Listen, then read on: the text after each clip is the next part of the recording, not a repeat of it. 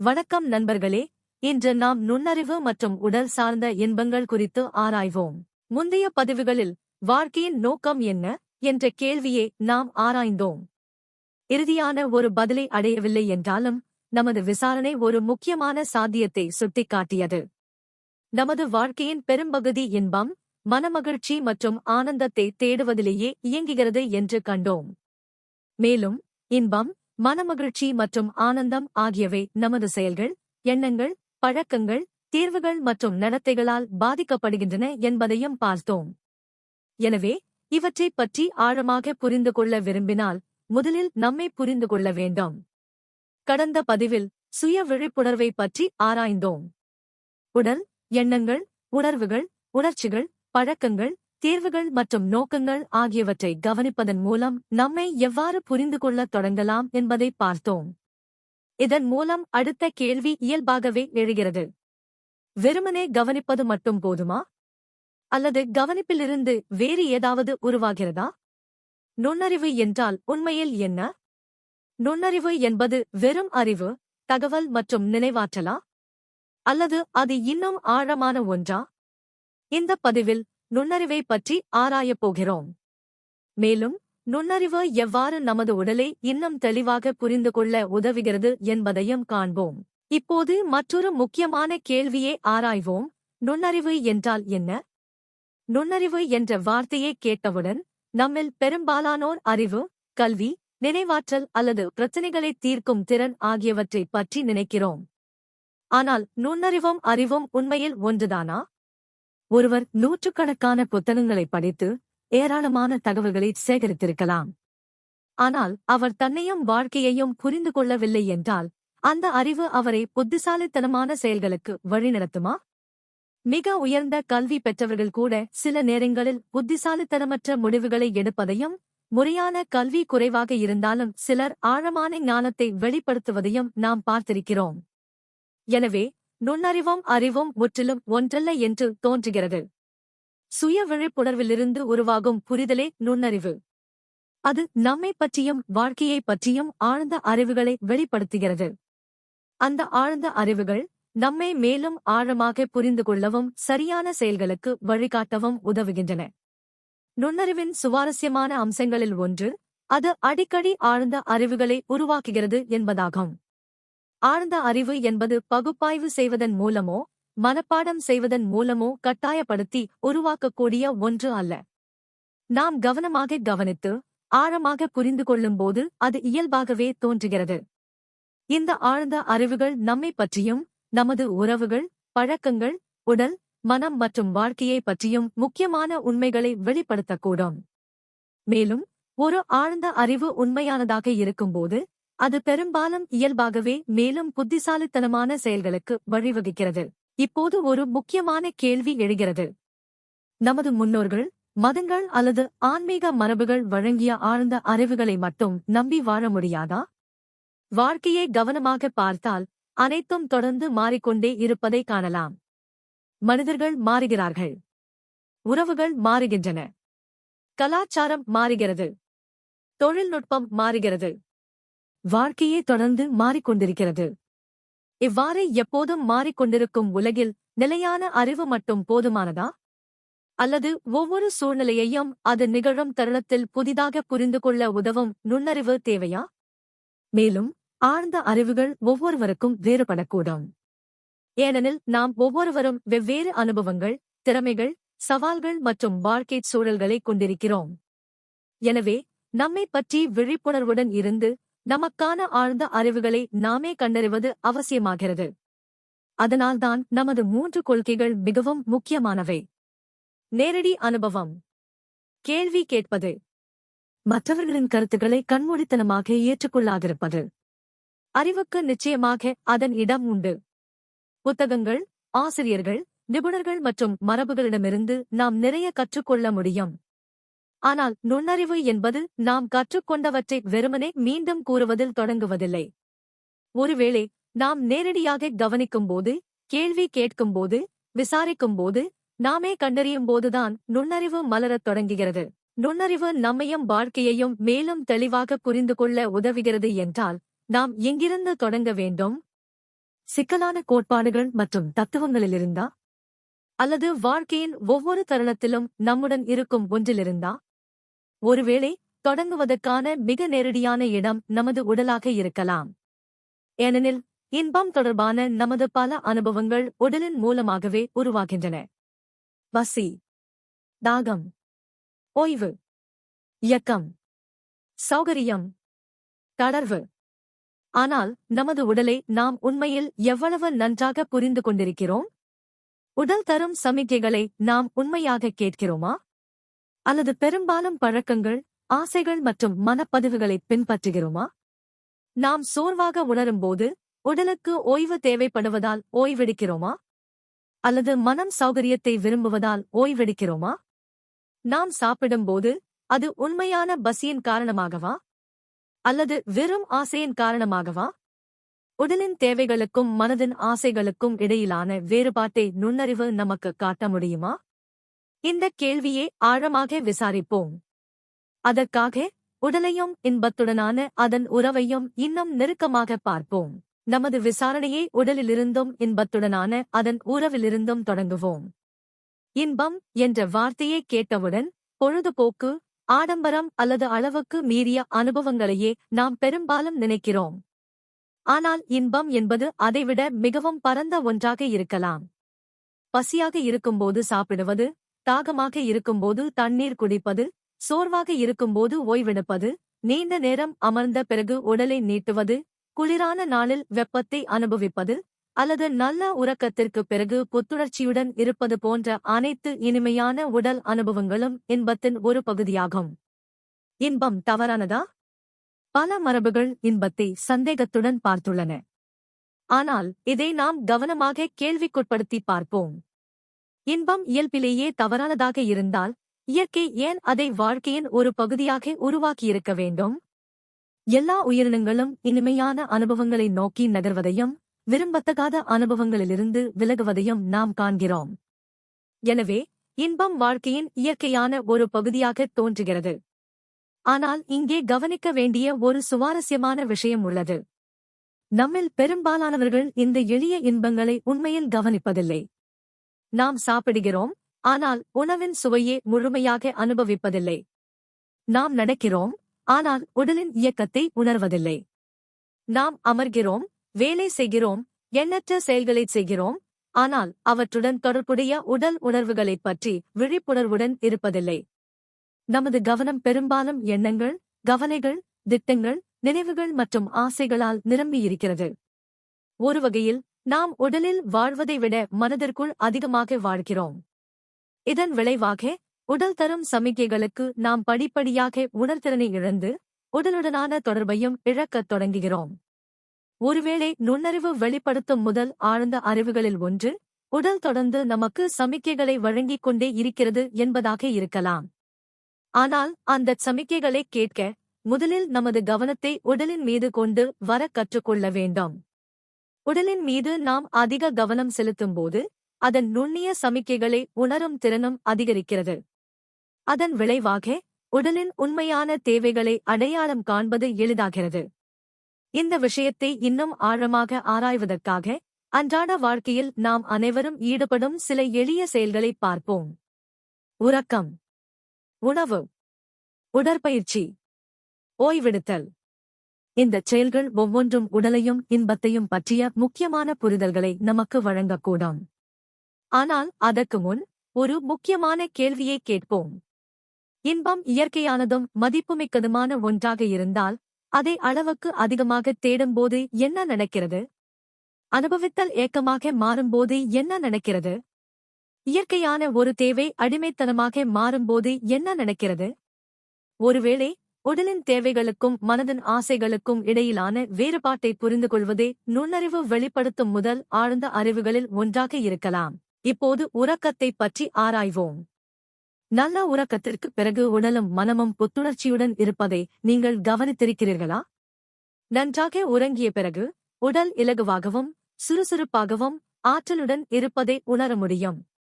எனது சொந்த கவனிப்பில் உறக்கம் என்பது உடலை புதுப்பித்து மீட்டெடுப்பதற்கான இயற்கையின் முக்கியமான வழிகளில் ஒன்றாக தோன்றுகிறது.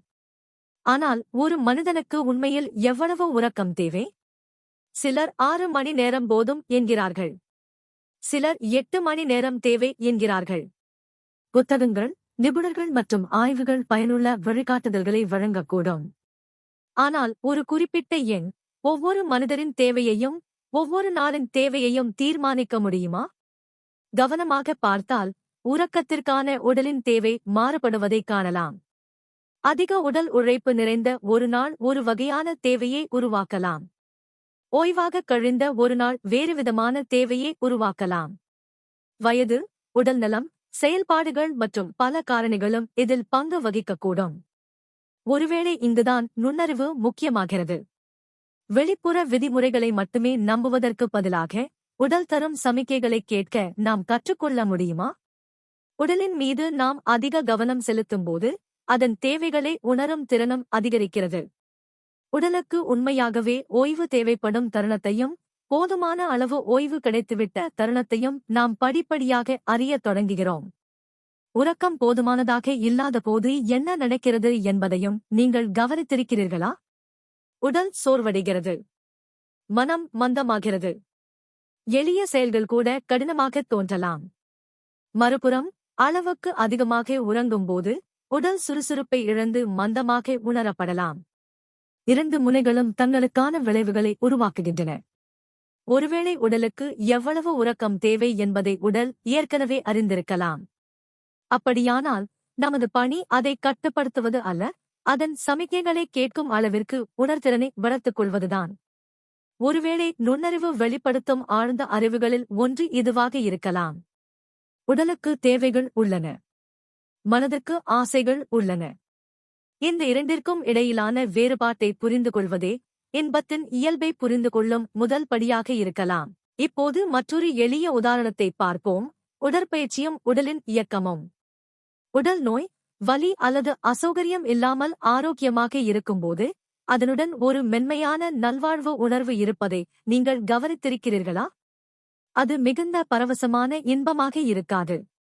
மிகவும் நுட்பமானதாக இருப்பதால் நாம் அதை பெரும்பாலும் கவனிப்பதில்லை. உண்மையில் நம்மில் பெரும்பாலானவர்கள் உடலை கவனிப்பது ஏதாவது பிரச்சனை ஏற்பட்ட பிறகுதான். வலி வந்தால் உடலை கவனிக்கிறோம். நோய் வந்தால் உடலை கவனிக்கிறோம். அசௌகரியம் ஏற்பட்டால் உடலை கவனிக்கிறோம். ஆனால் உடல் ஆரோக்கியமாக இருக்கும்போது அதைப் பற்றி நாம் அரிதாகவே விழிப்புணர்வுடன் இருக்கிறோம். ஒருவேளை இதற்கு காரணம் நாம் உடலுடனான தொடர்பை ஓரளவு இழந்திருக்கலாம். நமது கவனம் பெரும்பாலும் எண்ணங்கள், திட்டங்கள், கவலைகள் மற்றும் ஆசைகளால் நிரம்பியிருக்கிறது. இதன் விளைவாக உடல் தரும் சமிக்கைகளுக்கு நாம் உணர்திறனை இழக்கத் தொடங்குகிறோம். ஆனால் நமது கவனத்தை அடிக்கடி உடலின் மீது கொண்டு வரத் தொடங்கினால் என்ன நடக்கும்? அமரும்போது, நடக்கும்போது, வேலை செய்யும்போது அல்லது ஓய்வெடுக்கும்போது உடலை விழிப்புணர்வுடன் உணரத் தொடங்கினால் என்ன நடக்கும்? எனது சொந்த கவனிப்பில் கவனம் மீண்டும் உடலின் மீது திரும்பும்போது அதன் மீதான உணர்திறன் படிப்படியாக அதிகரிக்கத் தொடங்குகிறது. இதற்கு முன் கவனிக்கப்படாத நுண்ணிய சமிக்கைகளை நாம் உணரத் தொடங்குகிறோம். உதாரணமாக, நீண்ட நேரம் ஒரே நிலையில் அமர்ந்திருந்தபோது திடீரென்று உடலை நீட்ட வேண்டும் என்ற உணர்வு உங்களுக்கு ஏற்பட்டதுண்டா? அந்த சமிக்கை எங்கிருந்து வந்தது? உடல் அந்த தகவலை ஏற்கனவே வழங்கிக் கொண்டிருந்தது. ஆனால் அது வலுவாக மாறிய பிறகுதான் நாம் அதை கவனித்திருக்கலாம். இந்த உணர்திறன் அதிகரிக்கும்போது உடல் இயல்பாகவே இயக்கத்தை நோக்கி நம்மை வழிநடத்தத் தொடங்குகிறது. உடலை நீட்ட வேண்டும் என்று தோன்றலாம். நடக்க வேண்டும் என்று தோன்றலாம். ஓட வேண்டும் என்று தோன்றலாம். யோகா செய்ய வேண்டும் என்று தோன்றலாம். அல்லது வேறு ஏதாவது உடற்பயிற்சியில் ஈடுபட வேண்டும் என்று தோன்றலாம். வெளிப்புற விதிமுறைகளின் அடிப்படையில் உடலை வலுக்கட்டாயப்படுத்துவதற்கு பதிலாக உடல் உண்மையில் என்ன கேட்கிறது என்பதை நாம் கேட்கத் தொடங்குகிறோம். ஆனால் இதையும் சற்று கேள்விக்குட்படுத்தி பார்ப்போம். உடற்பயிற்சி நன்மை பயக்கிறது என்பதால் அதிக உடற்பயிற்சி எப்போதும் இன்னும் சிறந்ததா? மற்ற இன்பங்களைப் போலவே உடற்பயிற்சியும் அளவுக்கு மீறிப் போக முடியுமா? உடற்பயிற்சி செய்யும் ஆசை உடலின் உண்மையான தேவையை விட வலுவாக மாற முடியுமா? ஒருவேளை நுண்ணறிவு இந்த வேறுபாட்டை தெளிவாக காண உதவுகிறது. உடலுக்கு அதன் சொந்த தேவைகள் உள்ளன. அந்த தேவைகள் பூர்த்தி செய்யப்படும்போது அது ஆரோக்கியமாகவும் சமநிலையுடனும் செயல்படுகிறது. ஆனால் ஆசை கட்டுப்பாட்டை எடுத்துக்கொள்ளும்போது நன்மை பயக்கும் ஒன்று கூட அளவுக்கு மீறியதாக மாறலாம். நமது விசாரணை தொடரும்போது இந்த கேள்வியையும் திறந்த மனதுடன் வைத்திருப்போம். இப்போது இன்னொரு எளிய உதாரணத்தை பார்ப்போம். உணவு. உணவைப் போல உடலுக்கு உடனடியான இன்பத்தை அளிக்கும் விஷயங்கள் மிக குறைவு. பசி என்பது ஒரு விதமான அசௌகரியம். சாப்பிடுவது அந்த அசௌகரியத்திலிருந்து நிவாரணத்தையும் திருப்தியையும் இன்பத்தையும் அளிக்கிறது. உணவு இல்லாமல் உடல் வாழ முடியாது. ஆனால் மற்றொரு உண்மையையும் நாம் அறிவோம். அளவுக்கு அதிகமாகச் சாப்பிடுவது உடல் பருமன், நோய்கள் மற்றும் பல உடல்நல பிரச்சினைகளுக்கு வழிவகுக்கக்கூடும். எனவே மிகக் குறைவாகச் சாப்பிடுவதற்கும் அளவுக்கு அதிகமாகச் சாப்பிடுவதற்கும் இடையில் எங்கோ ஒரு சமநிலை இருப்பதாக தோன்றுகிறது. ஆனால் அந்தச் சமநிலையை யார் தீர்மானிக்கிறார்கள்? ஒரு மனிதனுக்கு உண்மையில் எவ்வளவு உணவு தேவை? எந்த உணவு அவருக்கு ஏற்றது? அனைவரும் ஒரு நாளைக்கு 3 வேளை சாப்பிட வேண்டுமா? 4 வேளை சாப்பிட வேண்டுமா? ஒரே விதிமுறை எல்லா மனிதர்களுக்கும், எல்லா உடல்களுக்கும், எல்லா சூழ்நிலைகளுக்கும் பொருந்துமா?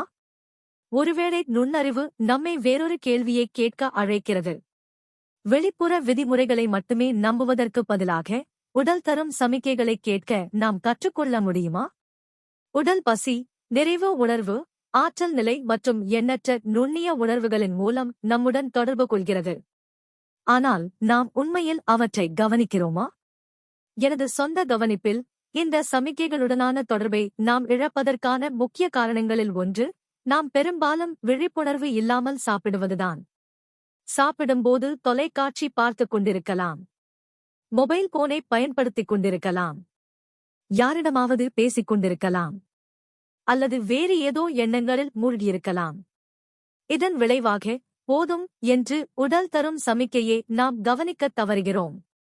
உடலின் தேவை ஏற்கனவே பூர்த்தியாகியிருக்கலாம். ஆனால் மனம் இன்னும் அதிகத்தை நாடிக்கொண்டே இருக்கிறது. சில நேரங்களில் பசி இல்லாத போதும் நாம் தொடர்ந்து சாப்பிடுவதை நீங்கள் கவனித்திருக்கிறீர்களா? அப்போது சாப்பிடச் செய்வது பசி அல்ல, சுவையின் நினைவு. உடலுக்கு இனி உணவு தேவைப்படாமல் இருக்கலாம். ஆனால் மனம் அந்த இன்பத்தை நினைவில் வைத்துக்கொண்டு இன்னும் அதிகத்தை விரும்புகிறது. ஒருவேளை உடலின் தேவைக்கும் மனதின் ஆசைக்கும் இடையிலான வேறுபாட்டை மிகத் தெளிவாக காணக்கூடிய முதல் இடங்களில் இதுவும் ஒன்றாக இருக்கலாம். உடலின் தேவை வரம்புடையது. அது பூர்த்தியாகியவுடன் அதன் சமிக்கை நிற்கிறது. ஆனால் நினைவுகளாலும் இன்பத்தாலும் இயக்கப்படும் ஆசை, தேவை பூர்த்தியான பிறகும் தொடரலாம். ஒருவேளை நுண்ணறிவு வெளிப்படுத்தும் முக்கியமான ஆழ்ந்த அறிவுகளில் ஒன்று இதுவாக இருக்கலாம். உடலின் உண்மையான தேவைகளுக்கும் மனதின் முடிவில்லாத ஆசைகளுக்கும் இடையிலான வேறுபாட்டை நாம் இழக்கும் தருணத்திலிருந்தே நமது பல சிக்கல்கள் தொடங்குகின்றன. உடலின் மீது நாம் அதிக கவனம் செலுத்தும்போது அதன் சமிக்கைகளை உணரும் திறனும் அதிகரிக்கிறது. அதன் விளைவாக போதும் என்ற தருணத்தை அடையாளம் காண்பதும் எளிதாகிறது. ஒருவேளை அந்த ஒரு எளிய புரிதலே உணவுடனான நமது உறவை முற்றிலும் மாற்றக்கூடும். இப்போது இன்னொரு உதாரணத்தை பார்ப்போம். ஓய்வெடுத்தல். இன்பம் என்று சொன்னவுடன் உணவு, உறக்கம் அல்லது பொழுதுபோக்கு போன்றவற்றைப் பற்றியே நாம் பெரும்பாலும் நினைக்கிறோம். ஆனால் ஓய்வெடுத்தலும் ஒரு நுட்பமான இன்பத்தை வழங்க முடியுமா? நீங்கள் எப்போதாவது விழிப்புணர்வுடன் உங்கள் உடலை தளர்த்தி பார்த்திருக்கிறீர்களா? உறங்குவதன் மூலம் அல்ல, வெறுமனே அமைதியாக அமர்ந்து உடலின் ஒவ்வொரு பகுதியிலும் இருக்கும் தேவையற்ற இறுக்கத்தை மெதுவாக விடுவிப்பதன் மூலம். தோள்கள் தளரும்போது என்ன நடக்கிறது? முகம் தளரும்போது என்ன நடக்கிறது? முழு உடலும் எந்த முயற்சியும் இல்லாமல் ஓய்வெடுக்க அனுமதிக்கப்படும் போது என்ன நடக்கிறது? அதேபோல் நாம் வெறுமனே சுவாசத்தை கவனித்தால் என்ன நடக்கிறது? உள்ளே வரும் மூச்சையும் வெளியே செல்லும் மூச்சையும் கட்டுப்படுத்த முயற்சிக்காமல் அமைதியாக கவனித்தால் என்ன நடக்கிறது? நீங்கள் இதை எப்போதாவது செய்து பார்த்திருக்கிறீர்களா? அது ஒரு நுட்பமான சௌகரியம், இலகுத்தன்மை அல்லது நல்வாழ்வு உணர்வை உருவாக்குகிறதா? எனது சொந்த கவனிப்பில் விழிப்புணர்வுடன் ஓய்வெடுத்தல் உறக்கத்திலிருந்து சற்று வேறுபட்ட முறையில் ஆற்றலை மீட்டெடுக்க உதவுகிறது. உடல் சோர்வாக இருக்கும்போது உறக்கம் அவசியம். ஆனால் பகல் நேரத்தில் கூட சில நிமிடங்கள் அமைதியாக ஓய்வெடுப்பது உடலையும் மனதையும் புத்துணர்ச்சியடையச் செய்யக்கூடும். ஒருவேளை இதற்கு காரணம் நாம் அறியாமலேயே சுமந்து கொண்டிருக்கும் தேவையற்ற இறுக்கங்களாக இருக்கலாம். அவை நமது ஆற்றலின் ஒரு பகுதியை தொடர்ந்து பயன்படுத்திக் கொண்டே இருக்கின்றன. அந்த இறுக்கங்கள் தளரும்போது அந்த ஆற்றல் மீண்டும் கிடைக்கத் தொடங்குகிறது. ஆனால் இதையும் சற்று கேள்விக்குட்படுத்தி பார்ப்போம். ஓய்வெடுத்தல் நன்மை பயக்கிறது என்பதால் அதிக ஓய்வெடுத்தல் எப்போதும் இன்னும் சிறந்ததா? ஓய்வெடுத்தல் மற்றொரு தப்பிக்கும் வழியாக மாற முடியுமா? சௌகரியத்திற்கான ஆசை உடலின் உண்மையான ஓய்வு தேவையை விட வலுவாக மாற முடியுமா? ஒருவேளை இங்கும் அதே கொள்கை செயல்படுகிறது. உடலுக்கு உண்மையான தேவைகள் உள்ளன. அந்த தேவைகள் பூர்த்தியாகும்போது இயல்பாகவே இன்பமும் நல்வாழ்வும் தோன்றுகின்றன. ஆனால் ஆசை கட்டுப்பாட்டை எடுத்துக் கொள்ளும்போது நன்மை பயக்கும் ஒன்று கூட அளவுக்கு மீறியதாக மாறலாம். எனவே சவால் இன்பத்தை மறுப்பதில் இல்லை, அதை புரிந்து கொள்வதில்தான் உள்ளது. உடலின் மீது நாம் அதிக கவனம் செலுத்தும்போது அதன் சமிக்கைகளை உணரும் திறனும் அதிகரிக்கிறது. அதன் விளைவாக உடலின் உண்மையான தேவைகளையும் மனதின் ஆசைகளையும் வேறுபடுத்திப் பார்ப்பது எளிதாகிறது. ஒருவேளை அந்த புரிதலே இன்பத்தை பற்றிய ஆழமான புரிதலுக்கான கதவை திறக்கக்கூடும். உறக்கம், உடற்பயிற்சி, உணவு மற்றும் ஓய்வெடுத்தல் ஆகியவற்றைப் பற்றி ஆராய்ந்தபோது ஒரு சுவாரஸ்யமான கேள்வி இயல்பாகவே எழுகிறது. நாம் ஏன் அடிக்கடி அளவுக்கு மீறிச் செய்கிறோம்?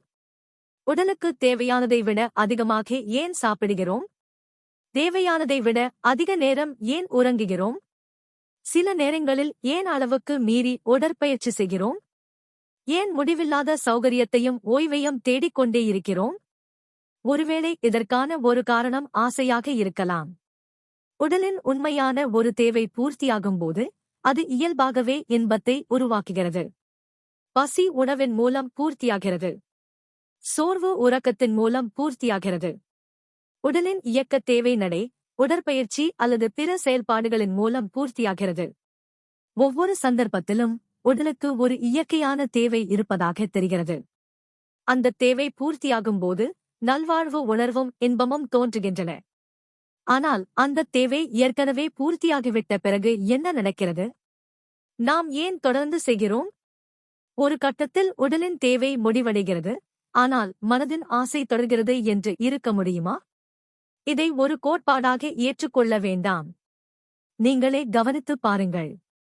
சாப்பிடும்போது உடலுக்கு போதும் என்று தோன்றும் தருணத்தை உங்களால் கவனிக்க முடியுமா? ஓய்வெடுக்கும்போது உடல் புத்துணர்ச்சி பெற்றுவிட்டது என்று உணரும் தருணத்தை உங்களால் கவனிக்க முடியுமா? அந்த தருணத்திற்குப் பிறகு என்ன நடக்கிறது? ஒருவேளை நுண்ணறிவு வெளிப்படுத்தும் முக்கியமான ஆழ்ந்த அறிவுகளில் ஒன்று தேவைக்கும் ஆசைக்கும் இடையிலான வேறுபாடாக இருக்கலாம். தேவைகள் பெரும்பாலும் உடலிலிருந்து எழுகின்றன. ஆசைகள் பெரும்பாலும் நினைவுகள், கற்பனைகள், பழக்கங்கள் அல்லது மேலும் இன்பத்தை நாடும் மனதிலிருந்து எழுகின்றன. உடல் அதன் தேவைகளை சமிக்கைகள் மூலம் வெளிப்படுத்துகிறது. ஆனால் நமது கவனம் வேறு எங்கோ இருப்பதால் அந்த சமிக்கைகளை நாம் அடிக்கடி தவறவிடுகிறோம். அதனால்தான் உடலின் மீது கவனத்தை கொண்டு வருவது மிகவும் முக்கியமானது. உடலின் மீது நாம் அதிக கவனம் செலுத்தும் அளவிற்கு அதன் மீதான நமது உணர்திறனும் அதிகரிக்கிறது. அந்த உணர்திறன் அதிகரிக்கும்போது உடல் தரும் சமிக்கைகளை இன்னும் தெளிவாக அறியத் தொடங்குகிறோம். எப்போது உண்மையாக பசிக்கிறது? எப்போது உண்மையாகச் சோர்வடைகிறோம்? எப்போது உடலுக்கு இயக்கம் தேவைப்படுகிறது? எப்போது ஓய்வு தேவைப்படுகிறது?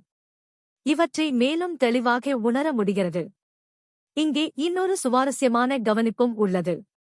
இன்பம் பெரும்பாலும் ஒரு இயற்கையான ஒழுங்கைச் சார்ந்திருப்பதாக தோன்றுகிறது.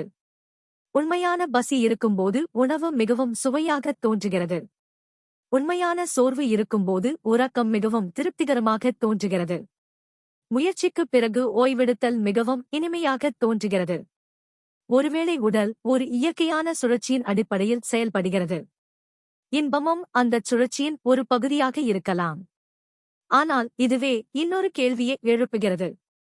ஆசை சில நேரங்களில் உடலின் உண்மையான தேவைகளிலிருந்து நம்மை விலக்கிச் செல்லச் செய்ய முடிந்தால் ஆசை என்றால் உண்மையில் என்ன? அது எவ்வாறு உருவாகிறது? அது நமது எண்ணங்கள், தேர்வுகள் மற்றும் செயல்களை எவ்வாறு பாதிக்கிறது? இதனை இன்னும் ஆழமாக புரிந்து கொள்ள ஒருவேளை நாம் மனதைப் பற்றியே விசாரிக்க வேண்டியிருக்கலாம். அங்கிருந்துதான் நமது அடுத்த விசாரணை தொடங்கும். நன்றி.